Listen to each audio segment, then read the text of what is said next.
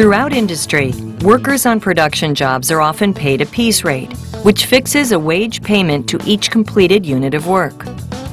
Section 14C of the Fair Labor Standards Act, or FLSA, allows certified community rehabilitation programs, or CRPs, to pay a piece rate to consumers having a documented disability for the work being done. Determining an accurate piece rate starts with documents found in the CRP's files. Among them, a job description, a task analysis, and a prevailing wage survey. If the prevailing wage survey is based on a piece rate and the work is done exactly as firms supplying the information, there's no need for a standard-setting time study. However, it's the investigator's responsibility to confirm the validity and accuracy of the survey. Likewise, for a piece rate job, there's no need for the regular or biannual time study data found in the hourly consumer's file. Instead, weekly production records will serve as the data to be included in the file. Using the piece rate does yield more accurate information because it takes into consideration the time delay and fatigue factor. In some cases, a CRP pays a piece rate, while the prevailing wage survey for the job is based on an hourly rate. This entails converting that hourly wage to a piece rate for consumers. The process of verifying the accuracy of the piece rate resembles that for confirming the commensurate hourly wage. The investigator must measure a standard setter doing the job over a fixed period of time. This is usually a CRP staff member who does not have a disability for the work being measured.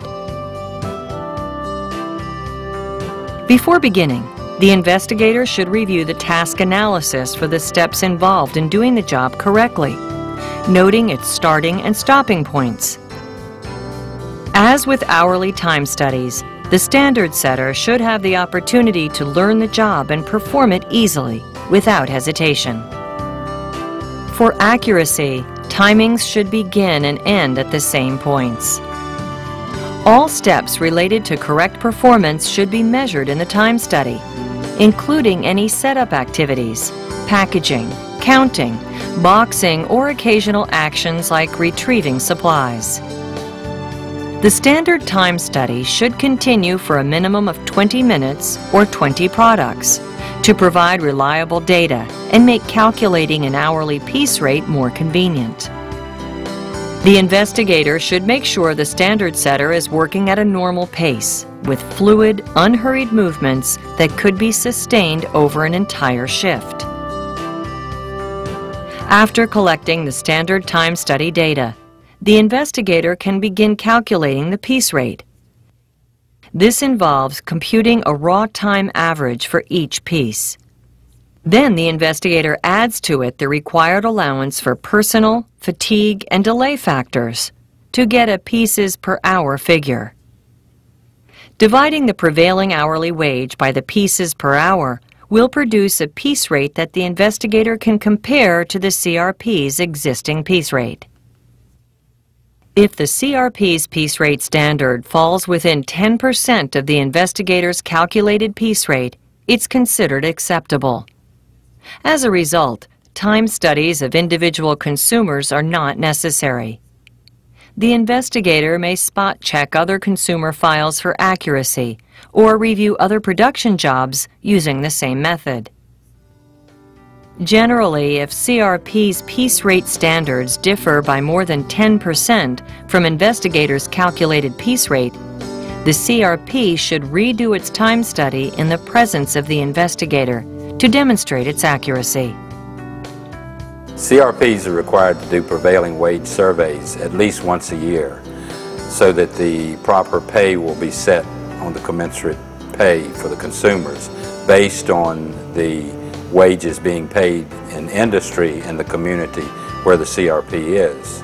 If the wages change for the industry, then it's necessary to change that rate for the consumers so that they will stay up with the pay that's being paid in the community.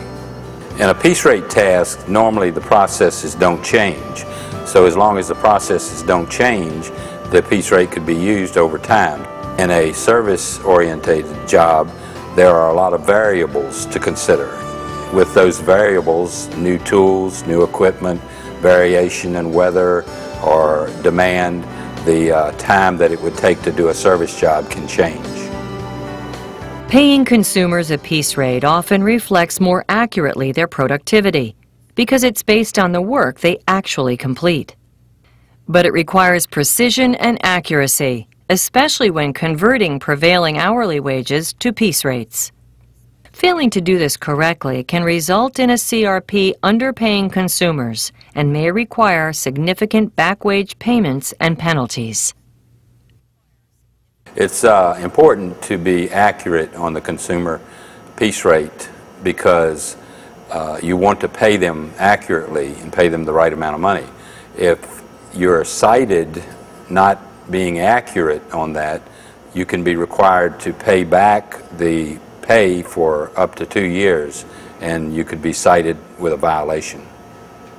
To ensure that the piece rate is accurate, the investigator has to review the paperwork. That includes both the job description and the task analysis. That's so the investigator not only understands the job, but then can verify it's the actual job being done on the work floor. And once the measurement's been taken, they have to check the calculations to make sure that the rounding is done properly.